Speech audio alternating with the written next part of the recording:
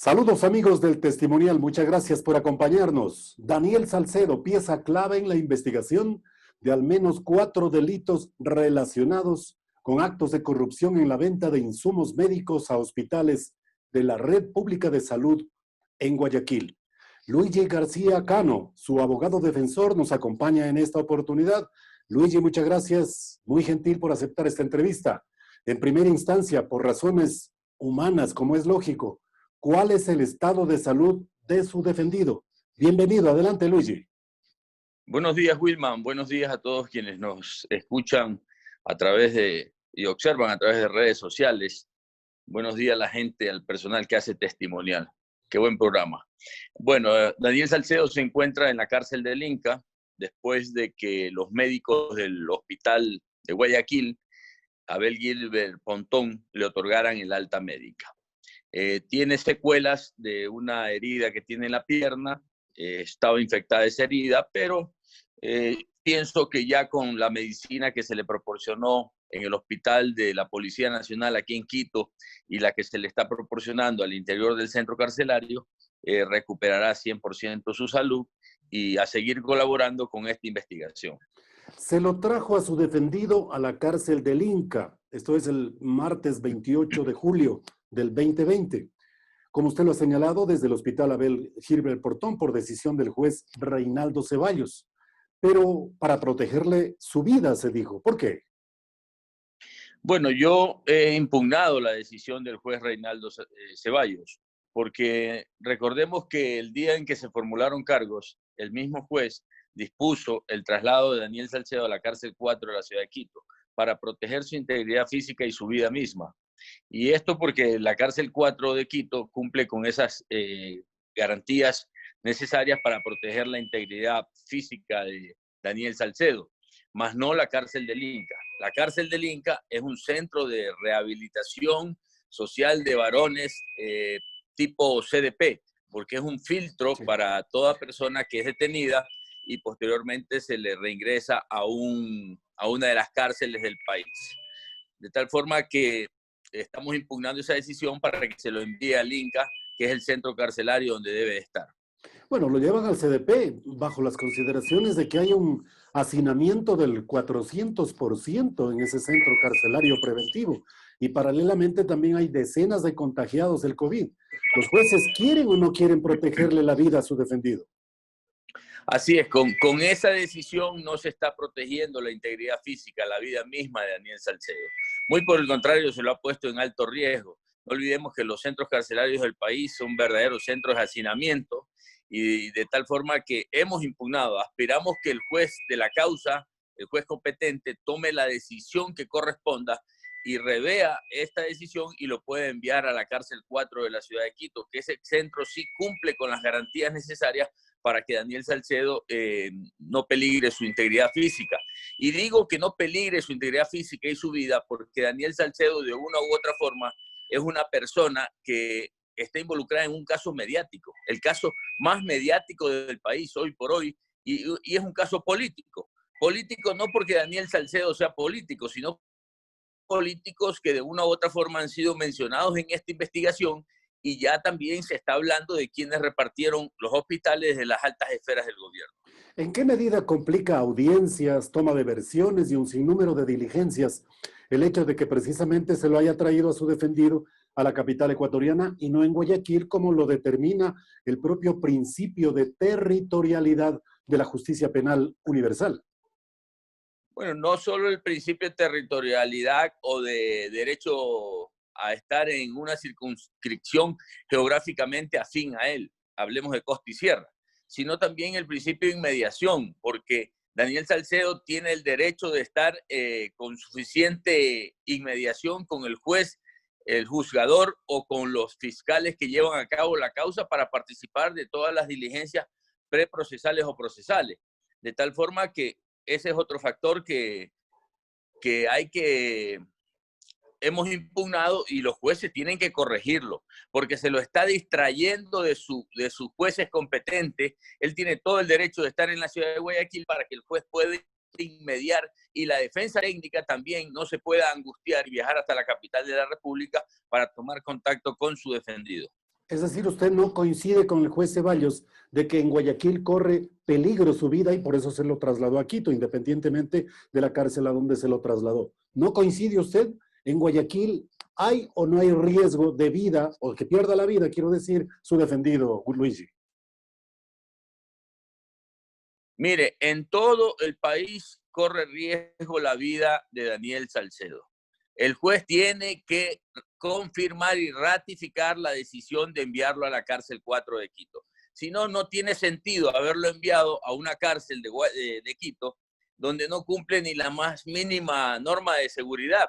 No solo de seguridad, hablo de seguridad integral física, sino norma de seguridad o de higiene médica por el tema del COVID. ¿Dónde están los enemigos, territorialmente hablando? Usted dice que en todo el país. ¿Quiénes procuran asesinarlo?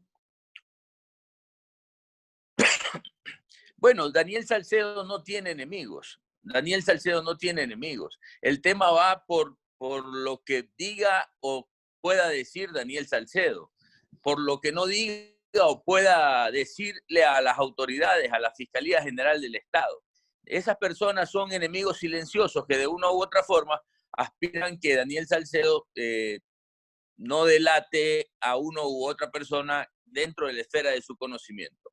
En esa perspectiva de incertidumbre se encuentra la familia Bucaram de lo que pueda o no pueda decir su defendido. No, porque Daniel Salcedo ya se refirió al tema de la familia Bucaram. Daniel Salcedo ya manifestó de que lo une con Abdalá Jaime Bucaram Puley, lo une una relación de amistad, de tal forma que él ya ha rendido dos versiones, la una en asociación ilícita, la otra si mal no recuerdo, es en fraude procesal, así es. Nos falta todavía la versión de lavados de activo y peculado, que el día de mañana se va a receptar la versión en el caso de lavado de activos en la cárcel del Inca, en esta ciudad de Quito, de tal forma que él ya se refirió a la relación con la familia Bucaram. Y lo propio han hecho los señores Bucaram cuando rindieron sus versiones. Es decir, los temerosos pueden estar entonces en el propio gobierno. Hay que ir a las esferas más altas. No se olvide que el caso de peculado, que es el juicio madre, que se inicia en la ciudad de Guayaquil a cargo de la doctora Claudia Romero, es en relación al contrato de la compra de 4.000 fundas para embalar cadáveres adultos. Ese contrato lo suscribió la empresa Silverti. La empresa Silverti es de la cual Daniel Salcedo no es ni accionista ni representante legal de dicha empresa. De tal forma que en ese contrato específicamente Daniel Salcedo no tiene ninguna relación con el tema que se investiga. Daniel Salcedo tiene 11 empresas. De las 11 empresas, solo una, HDC Producciones, ha contratado con el Estado. Y esos contratos versan sobre contratos de publicidad y de promoción a las diferentes instituciones, pero son con la Gobernación del Guayas, con el MIES, con Inmobiliar y con la propia Contraloría General del Estado. Si usted revisa los procesos de Daniel Salcedo, específicamente el de peculado, Daniel Salcedo no le ha vendido un solo insumo médico a los hospitales del país o al Ministerio de Salud Pública, ni antes ni durante la etapa de emergencia médica o pandemia a nivel mundial. Para quienes lo acusan a Daniel Salcedo, ¿cuál es la conducta punible más agravante de su defendido, Luigi? Nosotros nos defendemos de un plexo de delitos, entre los cuales está el juicio madre, que yo le llamo, que es especulado, cuya pena es de 10 a 13 años, específicamente el artículo 278. Tenemos el artículo 317 en torno al tipo penal de lavado de activos. La pena ahí va entre 5 a 7 y de 7 a 10, dependiendo los dineros que se puedan haber maculado. Y por último tenemos fraude procesal y asociación ilícita. Ambos tipos penales, el uno de 1 a 3 años y el de asociación ilícita de 3 a 5 años. Esos tipos penales, los últimos que mencioné, entre asociación ilícita y fraude procesal, son tipos penales que son susceptibles de sustitución de la medida cautelar, porque no exceden de 5 años. Son tipos penales menores. Asimismo, son susceptibles inclusive de fianza carcelaria. Los dos juicios que tienen penas más infamantes, en este caso sería peculado y lavado de activos. Usted llevará hasta las últimas instancias, como profesional, evidentemente, la defensa jurídica de Daniel Salcedo, pero lo que le pregunto, Luigi, si llegará un momento en que usted le recomiende como profesional si deberá ser necesario acogerse a un procedimiento abreviado, a una cooperación eficaz con la justicia. Y si va a ser así, ¿en qué va a consistir, Luigi?